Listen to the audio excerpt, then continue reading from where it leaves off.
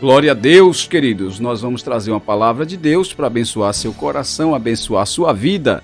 Diz assim a palavra de Deus: E apacentava Moisés o rebanho de Jetro, seu sogro, sacerdote de Midian, e levou o rebanho atrás do deserto e chegou ao monte de Deus, a Horebe. E apareceu-lhe o anjo do Senhor em uma chama de fogo do meio de uma sarça, e olhou, e eis que a sarça ardia no fogo, e a sarça não se consumia.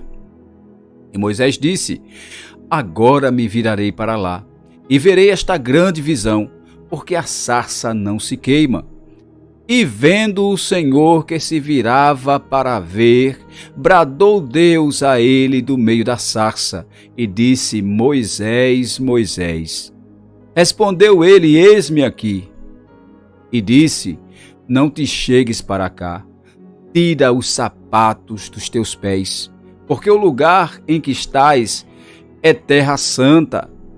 Disse mais: Eu sou o Deus de teu pai, o Deus de Abraão, o Deus de Isaque e o Deus de Jacó.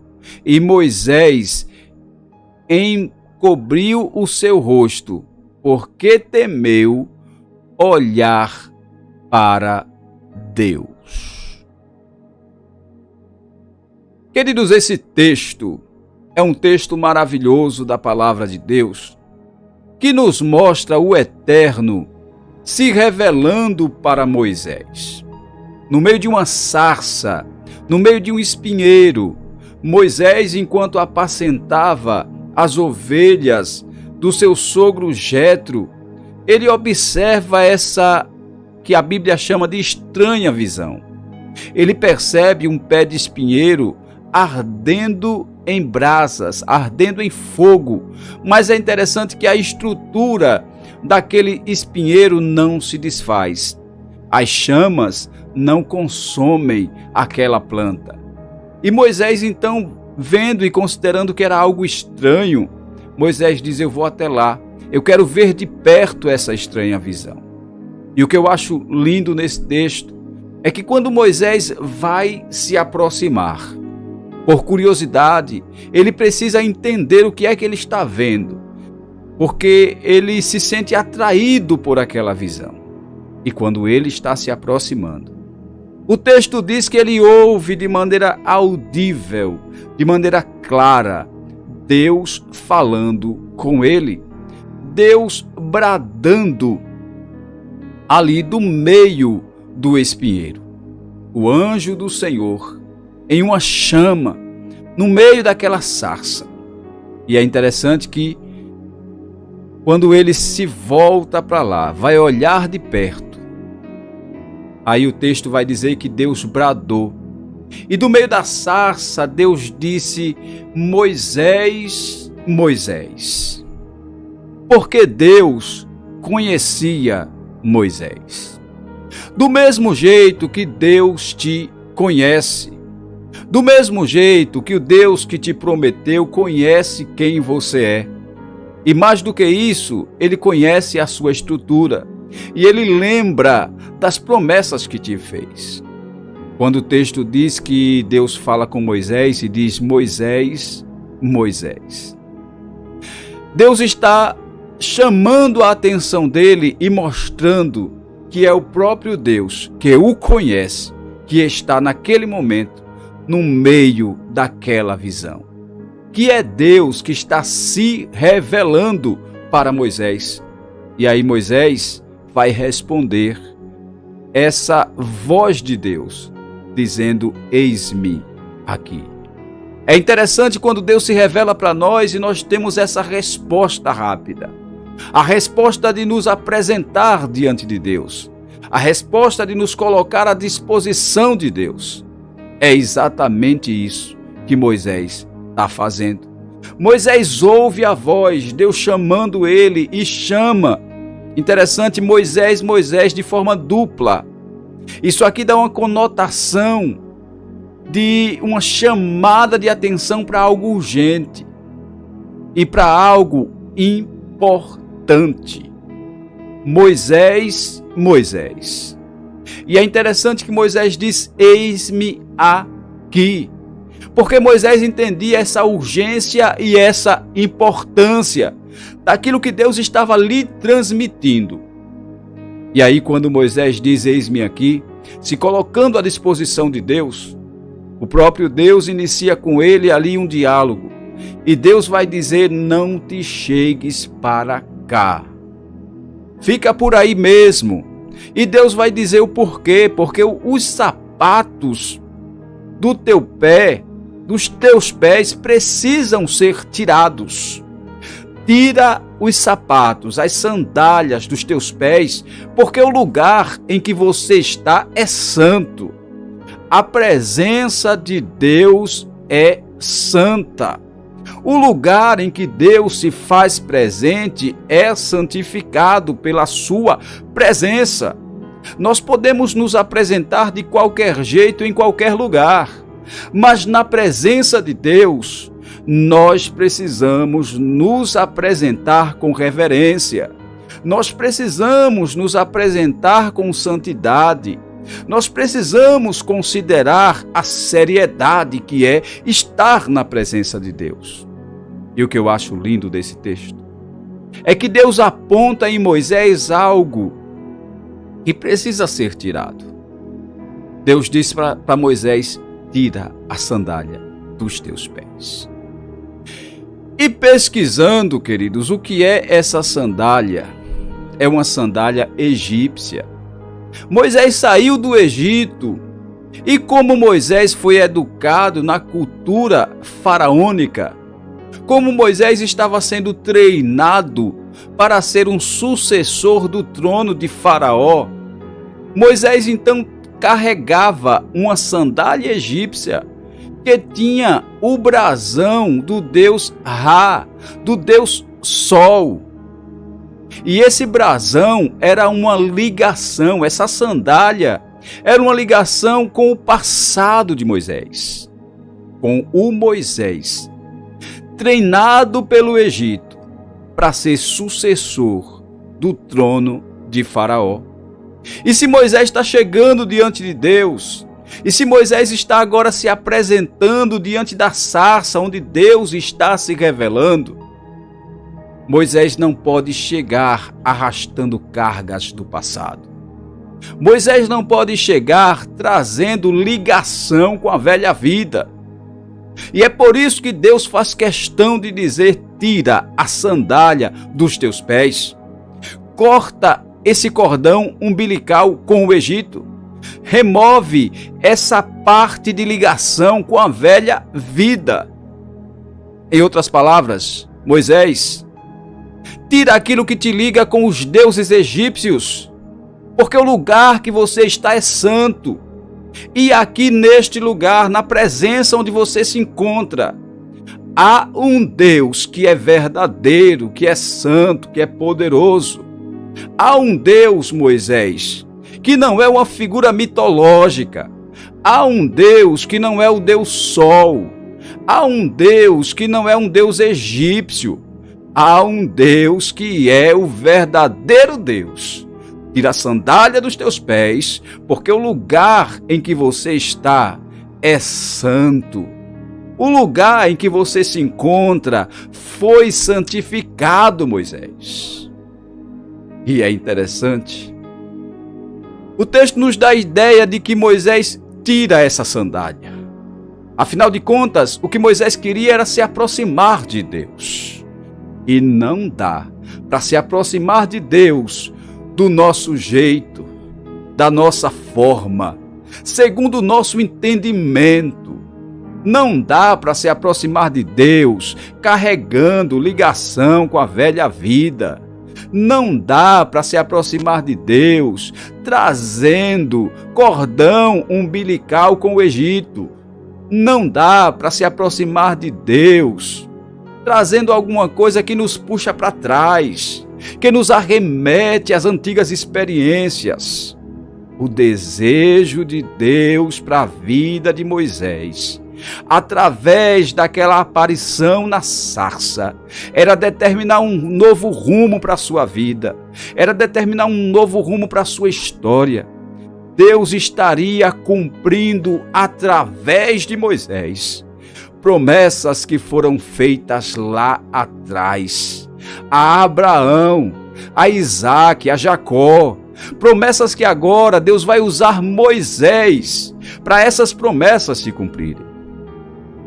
E o que eu acho lindo nesse texto é que Deus está chamando a atenção deste homem, que agora é o responsável por promessas guardadas nele, por promessas que Deus havia feito e que escolheu Moisés para cumprir. E eu acho interessante isso. Quem tem promessas de Deus precisa estar em condições das promessas se cumprirem. Não dá para ter promessas de Deus se cumprindo se a sandália do Egito ainda está nos pés.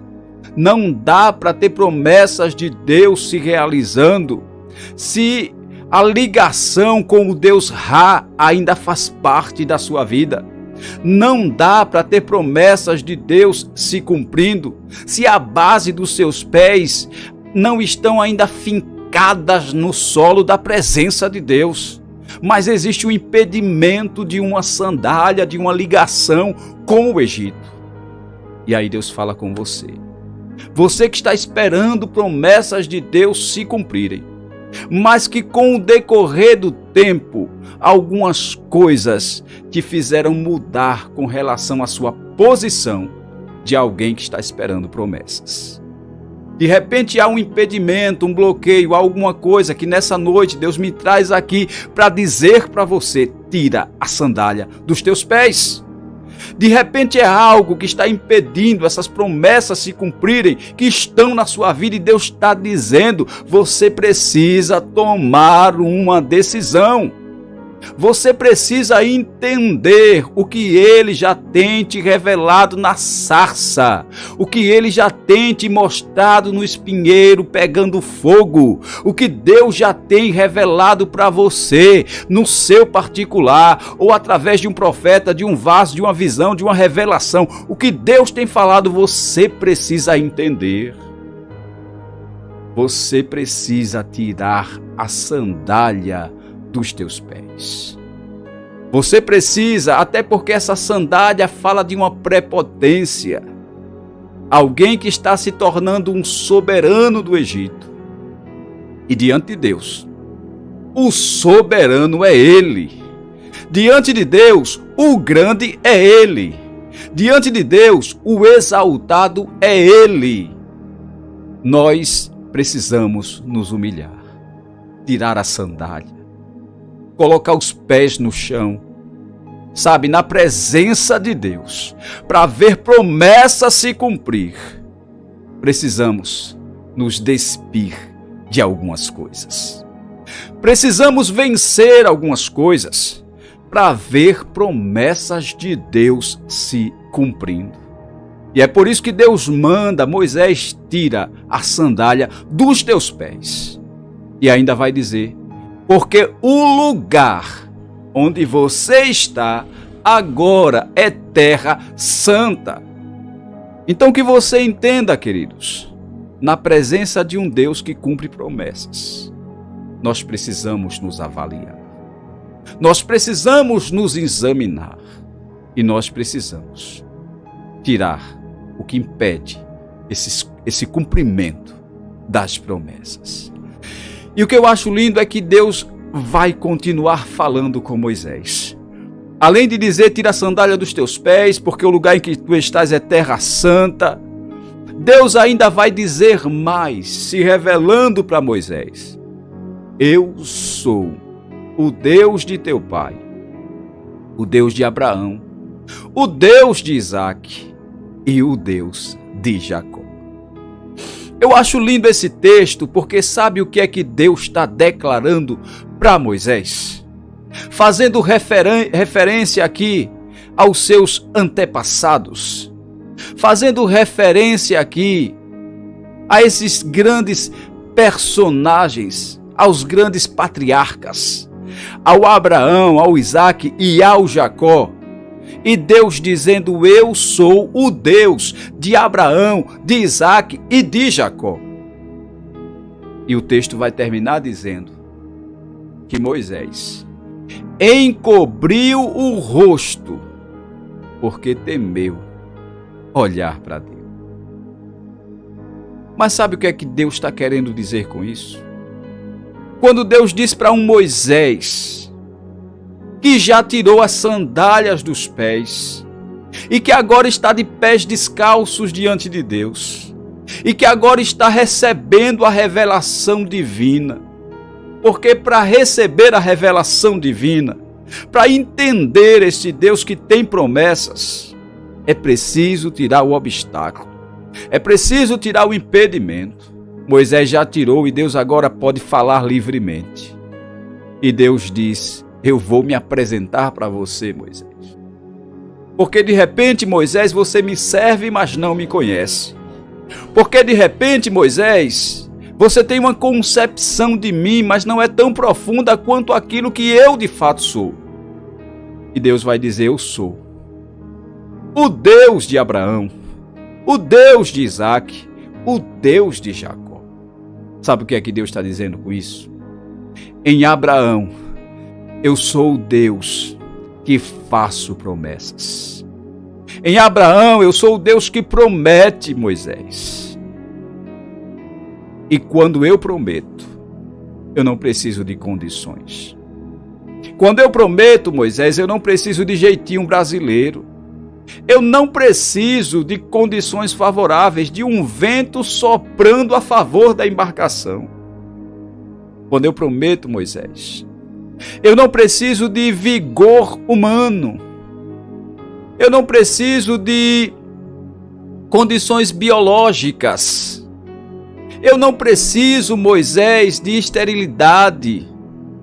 Eu não preciso de nada que o ser humano, para cumprir promessas, precisa.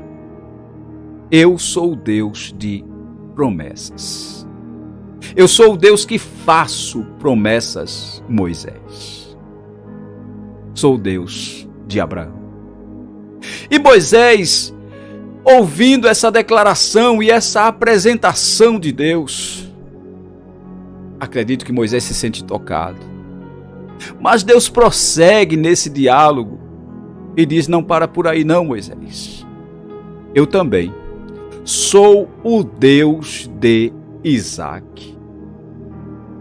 Quando Deus se apresenta como Deus de Isaque, Deus está dizendo para Moisés: Moisés, eu não apenas faço a promessa, eu também sou o Deus que velo e zelo sobre a promessa que fiz.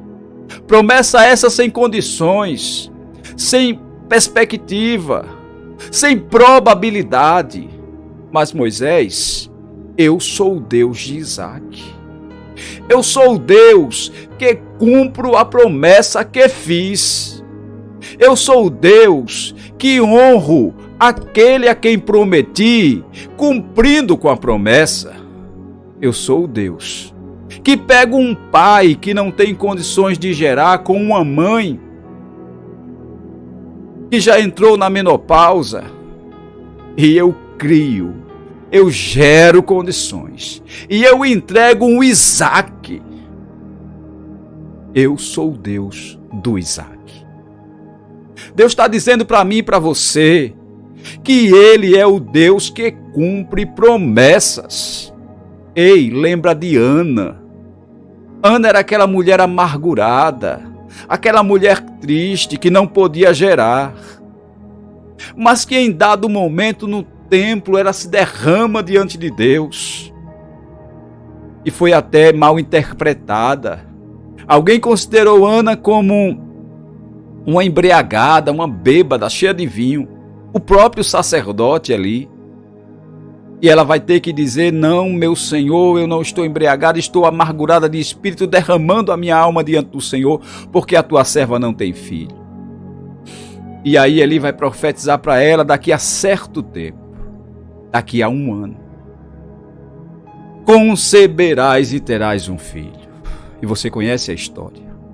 O resultado é que o mesmo Deus que prometeu, ele cumpriu. Ana teve a oportunidade de abraçar Samuel.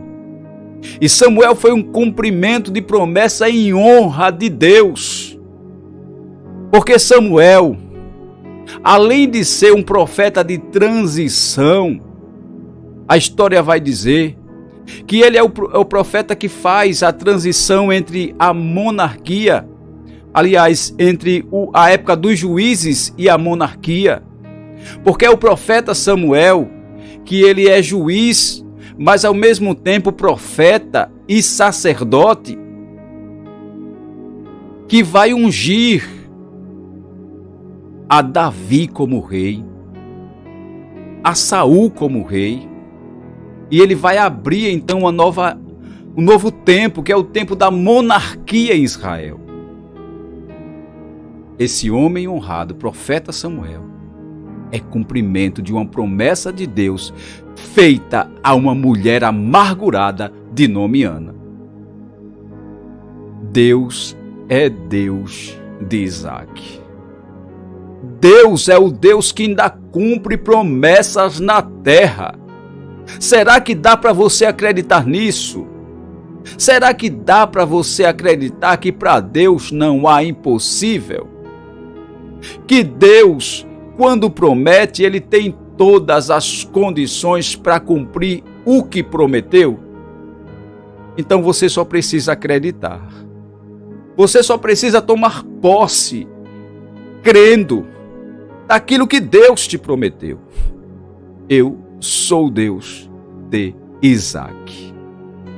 Eu cumpro as promessas. E eu cumpro as promessas, mesmo quando não há um cenário favorável. Mesmo quando não há probabilidade nem possibilidade, eu cumpro as promessas.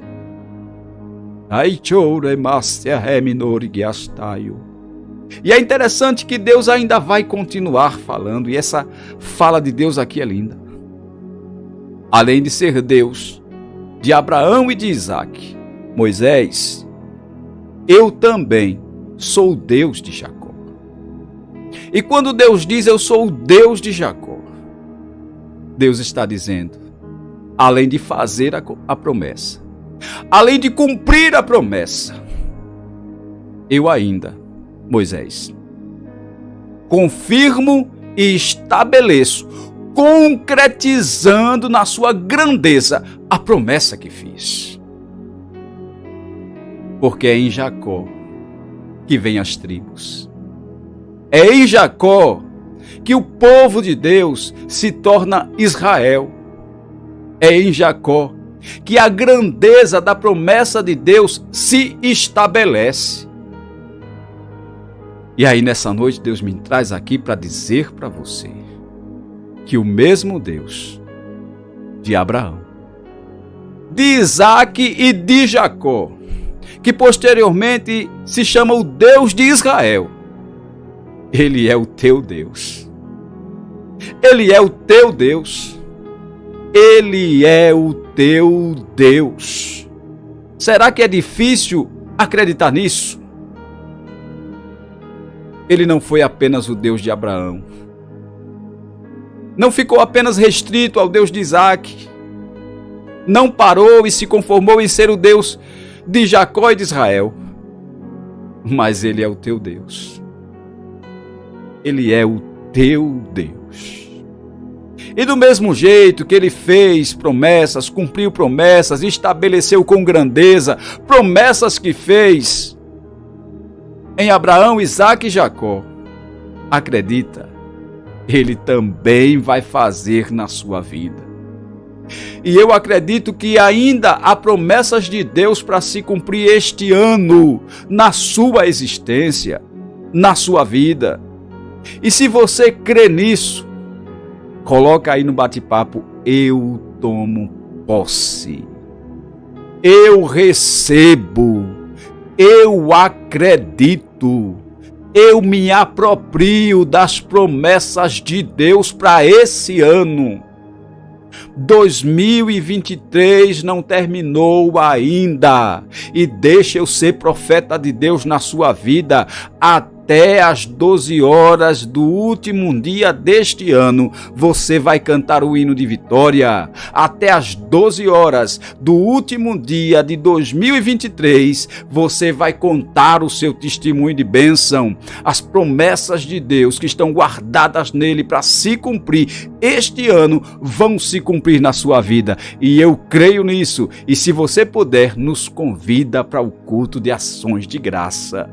Nós vamos com prazer fazer esse culto de louvor a Deus, porque Deus é fiel e Ele ainda cumpre com as promessas que fez. Que Deus abençoe a sua vida poderosamente. Coloca num bate-papo aí, eu tomo posse. Eu recebo. Eu me aproprio das promessas de Deus, porque Deus é fiel para cumprir com as suas promessas. Coloca seu amém aí. Coloca o seu amém, eu creio, eu tomo posse, eu acredito. E desse jeito, Deus vai continuar te abençoando poderosamente. Eu estou sentindo a presença de Deus de maneira muito forte nessa noite. E eu acredito que há uma aprovação divina nesta palavra. Eu acredito que os céus estão se movendo nesta noite, enquanto eu prego, enquanto eu profetizo, enquanto aqui eu ministro sobre a sua vida, que as promessas vão se cumprir, promessas que estão guardadas, promessas que estão escondidas em Deus, promessas que Deus está revirando arquivos e está tirando, promessas que você já esqueceu, promessas que você já desistiu, mas Deus está dizendo: não esqueci, não desisti, eu vou cumprir, eu vou fazer, eu vou realizar. Toma posse da sua vitória em o nome do Senhor Jesus. Creia nisso.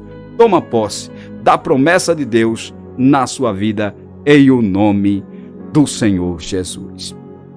Que Deus te abençoe poderosamente.